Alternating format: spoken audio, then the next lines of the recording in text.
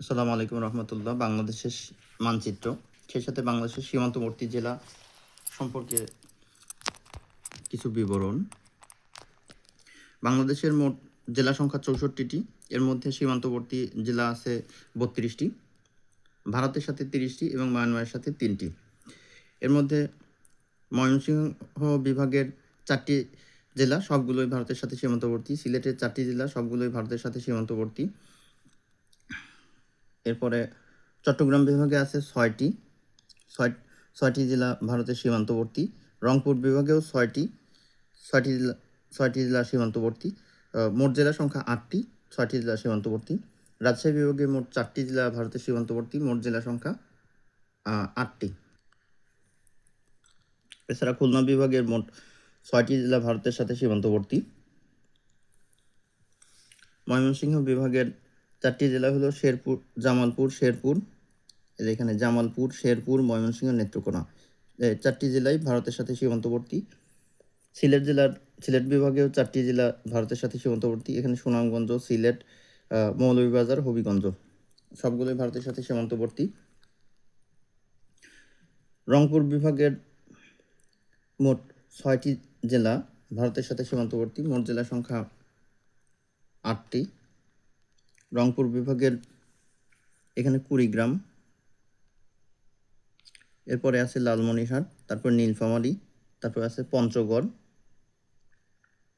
এরপর আছে ঠাকুরগাঁও, এরপরে দিনাজপুর। এইগুলো ভারতের সাথে সীমান্তবর্তী।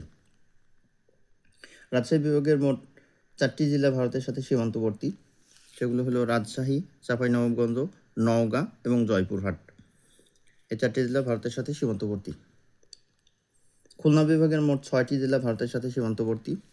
এগুলো হলো, শুরুতে আছে মেহেরপুর, এরপরে আছে কুষ্টিয়া, তারপরে আছে চুয়াডাঙ্গা, এখানে চুয়াডাঙ্গা, এরপরে আছে ঝিনাইদহ জেলাটা হলো এখানে ঝিনাইদহ, ভারতের সাথে সীমান্তবর্তী। এরপরে আছে যশোর, এটা ভারতের সাথে সীমান্তবর্তী। এরপরে আছে সাতক্ষীরা, ভারতের সাথে সীমান্তবর্তী।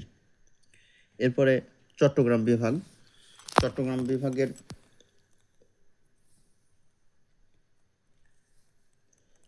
বিভাগের মোট 6টি জেলা ভারতের সাথে সীমান্তবর্তী।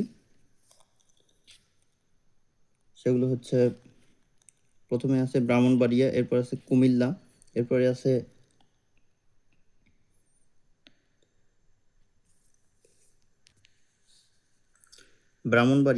কুমিল্লা, ফেনী, আর অপর 3টি হলো চট্টগ্রাম, খাগড়াছড়ি, রাঙামাটি।